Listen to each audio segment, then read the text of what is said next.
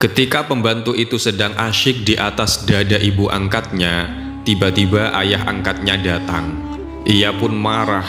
Ia segera mengambil pisau lalu dipotongnya kelamin anak angkatnya itu. Namun pada akhirnya ia menyesal. Ia membawanya ke dokter untuk diobati. Setelah sembuh, si anak angkat itu tidak diusir. Ia tetap diberi kesempatan tinggal di rumah orang tuanya yang telah menjadi orang tua angkatnya. Tetapi secara diam-diam anak angkat tersebut menyimpan dendam.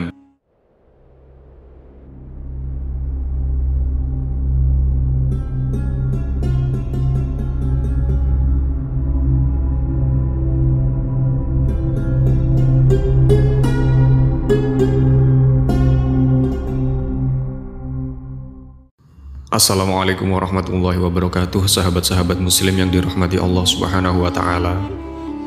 Termasuk dosa besar adalah kholwat.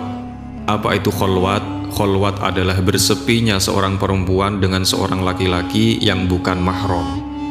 Menurut Asy-Syaikhoni, yakni Imam Nawawi dan Imam Rafi'i, bahwa muqaddimah zina, termasuk berdesakan, berhimpitan bahu dengan perempuan, itu tidaklah termasuk dosa besar.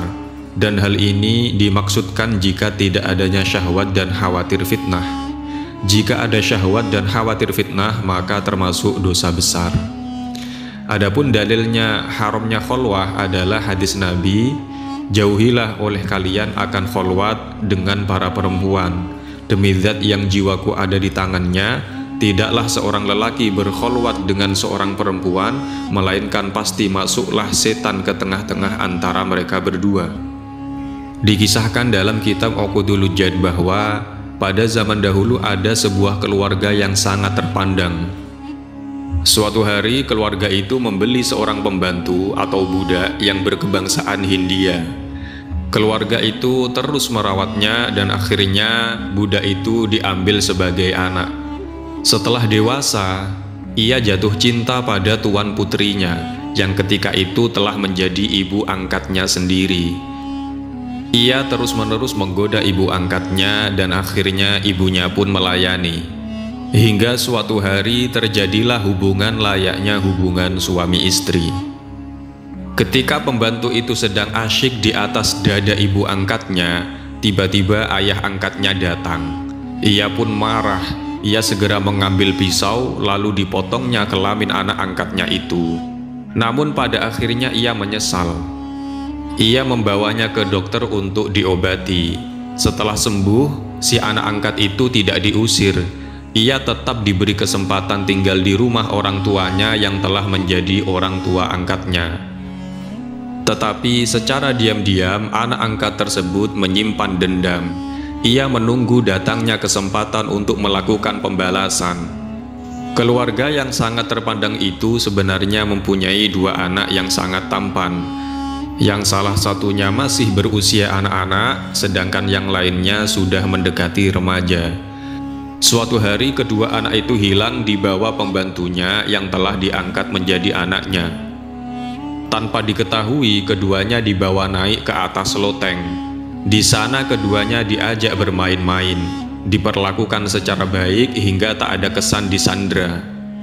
Hingga manakala orang tuanya telah kebingungan mencari, tanpa sengaja ia mendongak ke loteng.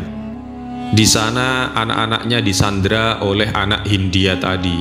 Ia berteriak, "Celaka benar kau, apakah engkau menghendaki kematian kedua anakku?"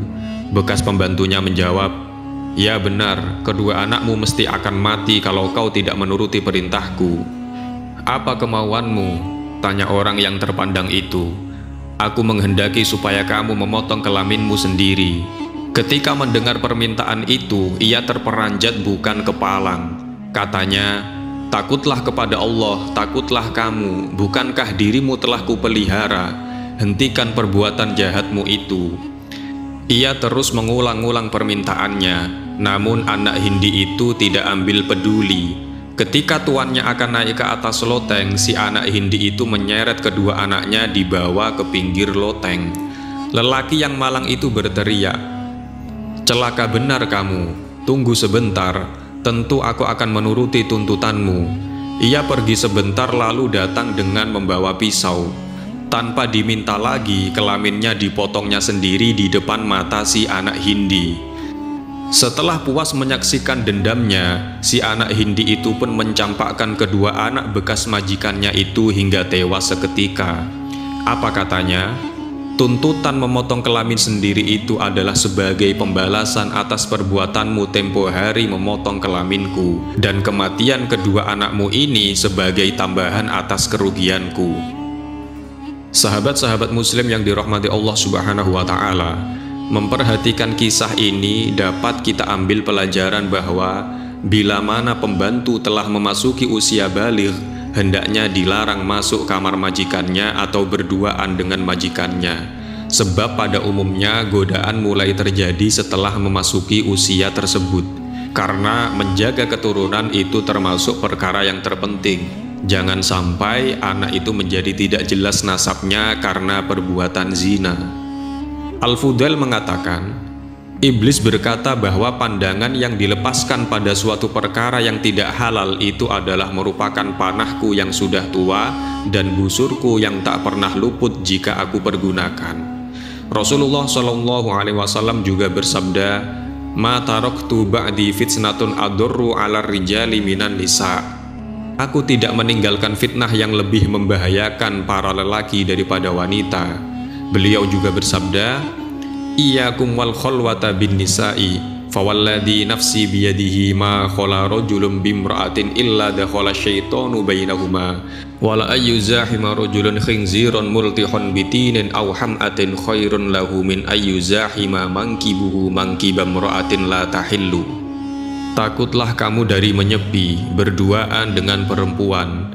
Demi zat yang diriku berada di dalam kekuasaannya, tidaklah orang lelaki yang menyepi bersama dengan orang perempuan kecuali setan menyusup di antara mereka berdua.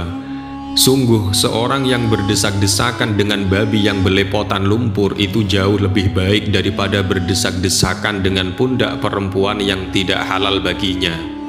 Rasulullah SAW bersabda, "Perempuan itu merupakan perangkapnya setan. Dan kalaulah bukan karena syahwat, tentu kaum wanita tidak akan mampu menundukkan kaum lelaki." Ada pepatah yang mengatakan, "Idza qama dzakarur rajuli dzahaba thulutsa aqlihi." Apabila kelamin lelaki bangkit, maka hilanglah sepertiga akalnya. Maka dari itu, perempuan yang bermaksud keluar dari rumahnya, ia berkewajiban menutup seluruh tubuhnya dari pandangan laki-laki. Begitu juga laki-laki berkewajiban menutup pandangannya terhadap perempuan yang tidak halal baginya, kecuali ada hajat semisal transaksi jual beli atau dalam rangka melamar. Perempuan juga hendaknya ia menyamarkan diri dari perhatian orang yang mungkin mengenalnya.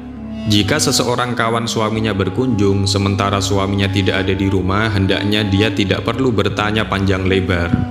Hal itu dimaksud untuk memelihara diri dan suaminya. Demikian yang diungkapkan oleh Imam Ghazali dan beberapa imam lainnya. Rasulullah SAW bersabda, "Sudah menjadi ketentuan bagi manusia bahwa bagian-bagian dari tubuhnya melakukan zina. Hal itu pasti dilakukan. Kedua mata zinanya adalah memandang kepada apa yang tidak halal. Kedua telinga zinanya adalah mendengar kepada apa yang tidak sesuai syariat. Lisan zinanya adalah berbicara dengan apa yang tidak bermanfaat di dunia dan akhirat. Kedua tangan zinanya adalah memaksa. Kedua kaki zinanya adalah berjalan menuju tempat yang tidak halal. Dan hati zinanya adalah menyenangi dan mengharap-harap. Semua itu dibenarkan oleh kelamin atau didustakannya."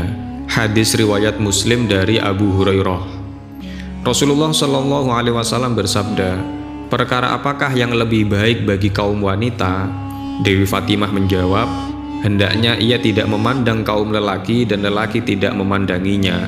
Kemudian Rasulullah SAW merangkul Fatimah dan beliau bersabda, "Anak turun sebagian manusia dari sebagian yang lain, hendaknya saling menolong." Rasulullah SAW merasa terharu atas pendapat putrinya itu. Perlu kita ketahui bahwa sebagian besar wanita dewasa ini telah kena penyakit suka memperlihatkan dandanannya secara berlebihan kepada kaum lelaki. Mereka sedikit sekali mempunyai rasa malu. Kalau berjalan mereka suka membuat-buat. dengan melenggak-lenggokkan pinggulnya. Kenyataan itu sering mereka perlihatkan di muka golongan kaum lelaki, baik ketika di pasar atau bahkan ketika berjalan menuju masjid, terutama di waktu siang atau malam hari di bawah cahaya lampu. Ada yang mengatakan bahwa apabila seorang perempuan perilakunya menyimpan 3 perkara ini, maka dia dinamakan kohbah, semacam biduan yang sangat buruk. Pertama, perempuan itu keluar rumah di waktu siang hari dengan mengenakan dandanan yang berlebihan yang tujuannya untuk dipamerkan kepada kaum lelaki secara umum. Yang kedua, perempuan yang mempunyai kebiasaan memperhatikan kaum lelaki lain. Ketiga, perempuan yang gemar memperdengarkan suaranya di telinga orang lain, sekalipun perempuan itu tergolong bisa menjaga kehormatannya. Karena dengan begitu dirinya menyamakan dirinya dengan perempuan yang tidak baik. Rasulullah Shallallahu Alaihi Wasallam memperingatkan, "Man tashabbaha biqaumin fahuwa minhum." Barang siapa yang menyerupai dengan suatu kaum, maka dia termasuk golongan mereka. Orang yang menyerupakan dirinya sebagai golongan orang soleh, niscaya akan ikut dihormati, sebagaimana orang yang soleh itu menerima penghormatan. Sebaliknya, orang yang bergaul dengan orang-orang yang fasik, niscaya akan menjadi sasaran cercaan, yang berarti tidak akan dihormati oleh orang lain. Perempuan hendaknya membersihkan diri dan memperhias perangainya dengan sikap pemalu. Jangan sampai seorang perempuan berperangai yang menyebabkan dirinya memperoleh predikat kuhbah, yakni biduan. Maka alangkah baiknya bagi perempuan yang mempunyai rasa takut kepada Allah dan Rasul-Nya, serta bagi orang yang mempunyai budi pekerti yang tinggi, supaya mencegah istrinya atau anak perempuannya keluar rumah dengan dandanan yang mencolok. Larangan keluar rumah itu memang tidak mutlak tanpa ada pengecualian dalam suatu waktu. Setidaknya Rasulullah Shallallahu Alaihi Wasallam memberi kelonggaran kepada kaum wanita pada hari raya. Di hari raya itu, kaum wanita yang dapat menjaga kehormatannya diberi izin keluar rumah setelah mendapat keridhaan suaminya.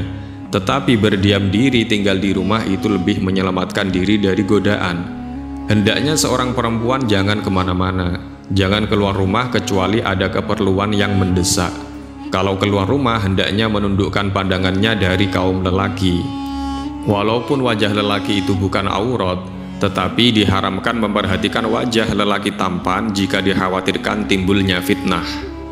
Kalau tidak mengkhawatirkan terjadinya fitnah, maka tidak diharamkan.